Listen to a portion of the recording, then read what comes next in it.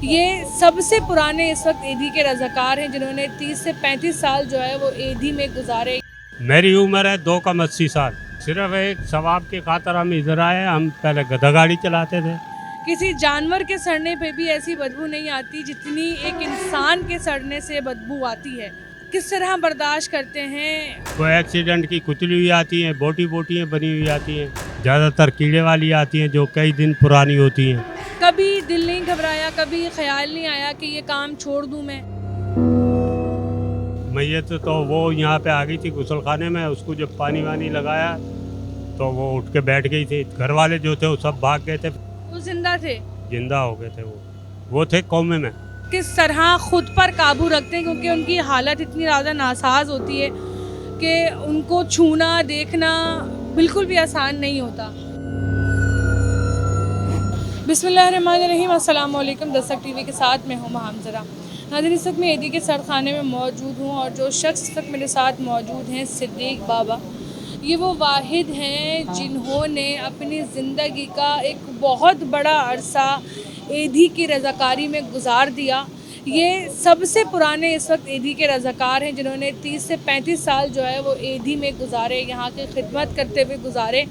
तो आइए बात करते हैं सिद्दीक बाबा से, क्योंकि इनका जो तजुर्बा है, जितना लंबा तजुर्बा है, जितने चीज़ें इन्होंने अपने तजुर्बे में देखी हैं वो सब तो आपको बताना नामुमकिन सी बात है। लेकिन कुछ ऐसे वाक़यात, कुछ ऐसी चीज़ें जिन्होंने अपने जो तजुर्बे में देखी वो आपके साथ जो है वो शेयर करते हैं और बात करते हैं सिद्दीक बाबा से। अस्सलाम वालेकुम।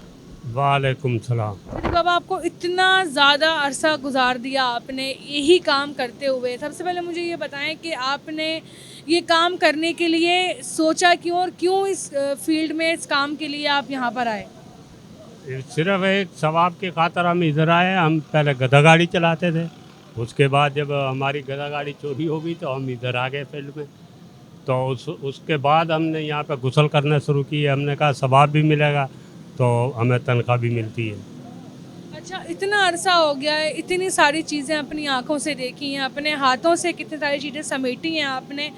कभी दिल नहीं घबराया, कभी ख्याल नहीं आया कि ये काम छोड़ दूँ मैं, कोई और काम कर लूँ? नहीं, ऐसा कोई दिल वगैरह नहीं घबराया, ना काम छोड़ने का सोचा हमने। हम तो जिस तरह की भी मैयतें आती रही, एक्सीडेंट की भी आती हैं, कीड़े वाली भी आती हैं, जैसी भी आती हैं हम सबको गुसल करके वर्षा के हवाले कर देते। अच्छा बाबा जी, अभी उम्र आपकी कितनी हो गई है? मेरी उम्र है 2 कम 80 साल। मतलब 78। इस उम्र में तो जो लोग होते हैं वो खुद बिस्तर से लग जाते हैं और उनको जो है वो दूसरों की खिदमत की ज़रूरत पड़ रही होती है, लेकिन आप इस उम्र में भी अपनी तरफ से लोगों की खिदमत कर रहे हैं, कैसे? मैं इसीलिए कर रहा हूँ ये, और कोई काम कर भी नहीं सकता। मैं इधर सिर्फ सवाब की खातर लगा हुआ हूँ। चलो अल्लाह ताला मेरी भी कोई गुनाह होगा तो बख्शा जाएगा, इसलिए मैं इधर काम कर रहा हूँ। तो बाबा जी बताइएगा कि वैसे तो आपने इतने लंबे अरसे में बहुत सारे वाक़यात, बहुत सारे ऐसे हादसात देखे हैं। सबसे ज़्यादा कोई वाक़या ऐसा या कोई ऐसा हादसा जो इंसानियत पे लानत भेजने वाला हो, कौन सा था? ऐसा तो कोई वाक़या नहीं देखा। बस यही है कि ज़्यादातर कोई एक्सीडेंट की कुचली हुई आती हैं, बोटियाँ बनी हुई आती हैं। ज़्यादातर कीड़े वाली आती हैं जो कई दिन पुरानी होती हैं। सबको गुसल कफन करके दे देते हैं। कभी जली हुई आ जाती हैं, वो भी गुसल करके हम दे देते हैं। जी बाबा जी, ये बताइएगा कि जो डेड बॉडी अक्सर यहाँ पे बहुत ख़राब डेड बॉडीज़ आ रही होती हैं, कई दिन पुरानी, उनको किस तरह से गुस्ल देते हैं और किस तरह ख़ुद पर काबू रखते हैं, क्योंकि उनकी हालत इतनी ज़्यादा नासाज होती है कि उनको छूना देखना बिल्कुल भी आसान नहीं होता। हम लोग दस्ताने पहन लेते हैं। दस्ताने पहनने के बाद जिस तरह दूसरी मैयतों को गुसल करते हैं इसी तरह उसको करते हैं हम। ज़्यादा कीड़े वगैरह होते हैं, थोड़ा पानी ज़्यादा मार देते हैं। और जो जली हुई आती है उसको तयम्मुम करते हैं, खाली पानी नहीं लगाते उसको। अच्छा, जो ख़राब मैयतें होती हैं, जो कीड़े लगी हुई होती हैं, जो बिल्कुल गल सड़ चुकी होती हैं, उनको किस तरह, क्योंकि उन पर तो पानी भी पड़ता है तो उनके ऊपर से जो स्किन होती है, जो गोश्त होता है वो तरने लग जाता है। जी, उनको किस तरह तैयार करते हैं? उनको खाली सिर्फ तयम्मुम करते हैं, फिर खाली उसका पानी नहीं लगाते, खाली तयम्मुम करके प्लास्टिक लगा के कफन लपेट देते। तो बाबा जी, इतनी हिम्मत कहाँ से जुटाते हैं आप कि ऐसी मैयतों को आप हाथ लगा लेते हैं, अपनी आँखों से इतने करीब से देख लेते हैं? और दस्ताने वगैरह पहने होते हैं इसलिए हम नहीं घबराते। पैरों में भी दस्ताने पहन लेते हैं, बूट रबड़ वाले, और हाथों में दस्ताने पहन कर हम उसको साफ़ सुथरा कर देते हैं। तो बाबा जी कहते हैं कि सबसे ज़्यादा जो गंदी बू होती है वो इंसानी जिस्म की बू होती है। किसी जानवर के सड़ने पे भी ऐसी बदबू नहीं आती जितनी एक इंसान के सड़ने से बदबू आती है। किस तरह बर्दाश्त करते हैं वो एक बदबू? आदत सी हमारे को एक आदत सी पड़ गई है, हमारे को इतनी ज़्यादा नहीं आती, हम जल्दी से जल्दी करने की कोशिश करते हैं बस। कभी कभी मास्क लगा लेते हैं, मुंह से मास्क लगा के तैयार कर देते हैं। अच्छा बाबा जी ये बताइएगा, जो एक्सीडेंट वगैरह की लाशें होती हैं, उन जो बिखरी हुई होती हैं, जिनकी शनाख्त करना भी नामुमकिन होता है, उनको किस तरह से आप लोग जो है वो गुस्ल कफन करते हैं? वो भी उनको भी इसी तरह उनकी सब बोटियाँ वगैरह इकट्ठी करके उनको तयम्मुम करते हैं, उनको पानी कम मारते हैं, पानी नहीं लगाते उनको, ऐसे इकट्ठा करके प्लास्टिक के ऊपर रख के फिर प्लास्टिक में कफन करके फिर ऊपर से कफन लपेट देते हैं। अच्छा बाबा जी, अपनी आंखों देखा कोई ऐसा वाकया हमारे साथ जो है और देखने वालों के साथ शेयर करें जो वाकई इंसान को खौफ में मुब्तला कर दे। वो एक दफ़ा कौमे में था मैयत, तो वो यहाँ पे आ गई थी गुसल खाने में, उसको जब पानी वानी लगाया तो वो उठ के बैठ गई थी, तो उसके घर वाले जो थे वो सब भाग गए थे, फिर उनको बुलाया, उन्होंने कपड़े वपड़े उनको दिए, दोबारा दे के और पहना के उसको तैयार करके वापस दे दिया। वो जिंदा थे? जिंदा हो गए थे वो थे कौमे में, उठ के बैठ गए थे। उस वक्त आपकी क्या हालत थी जब वो उठकर बैठे? नहीं, हम तो हमारी हालत तो कुछ नहीं, हम थोड़े पीछे हट के खड़े हो गए थे वैसे उस वक्त, तो उसके लड़के जो थे वो भाग गए थे बाहर, फिर उनको बाहर से बुला के लेके आए। वो कहने लगा मैं ठीक ठाक हूँ, मेरे को यहाँ क्यों लाए, मेरे को डॉक्टर के पास लेके जाओ।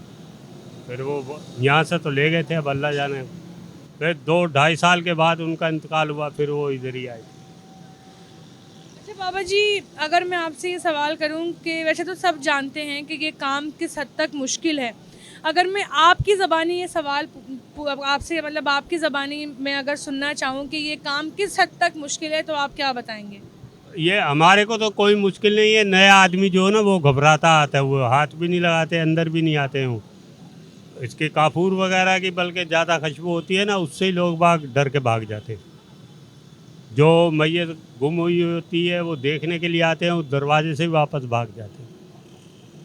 अच्छा बाबा जी, मैंने अक्सर भी काफ़ी और रज़ाकारों से जब बातचीत करी तो मुझे कुछ ऐसे वाक़यात उनसे सुनने को मिले कि यहाँ पर कुछ ऐसी खौफनाक पुरस्रार चीज़ें भी हुई हैं, जैसे कि किसी और मखलूक का महसूस करना।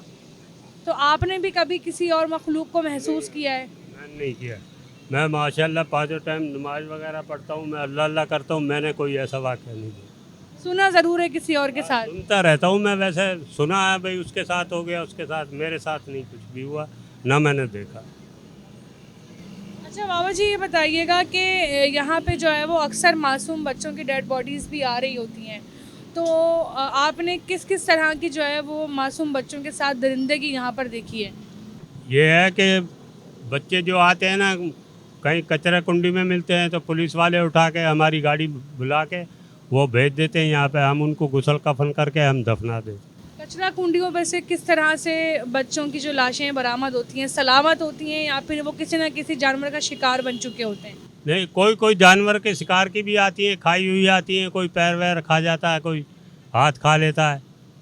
तो कचरे में जैसे भी कुत्ता बिल्ली कोई आ ही जाता है तो कोई खा लेता है थोड़ा बहुत। अव्वल तो इसके नज़दीक नहीं आता, कोई भी जानवर भी इसको नहीं छेड़ता। बच्चे ऐसे ही कोई पैदा होते ही फेंक जाते हैं, मरे हुए होते हैं। अच्छा बाबा जी, अपने इतने अरसे में जो भी सीखा अपने काम से, जो भी तजुर्बा हासिल किया, जो भी आपने दुनियावी दरिंदगियाँ, दुनियावी चीज़ें ऐसी जो हर इंसान नहीं देखता, हर इंसान को पता नहीं होता, वो आपने देखी हैं, तो आपने जो कुछ भी सीखा उससे आपको क्या सबक हासिल हुआ और आप देखने वालों को क्या सबक देना चाहेंगे? हम देखने वालों को ये सबक देना चाहेंगे, अपने आप को जो ज़रा थोड़ा सा कंट्रोल में करें। ये जो कचरे वगैरह में फेंक जाते हैं उसकी बजाय हम बोलते हैं कि यहाँ हेदी में आके झूले में डाल जाओ, तो वो हम उठा लेते हैं, उठा के उनको भी गुसल कफन करके दफना देते हैं। कचरे में फेंकने की बजाय वो यहाँ पे झूले में डाल जाएं।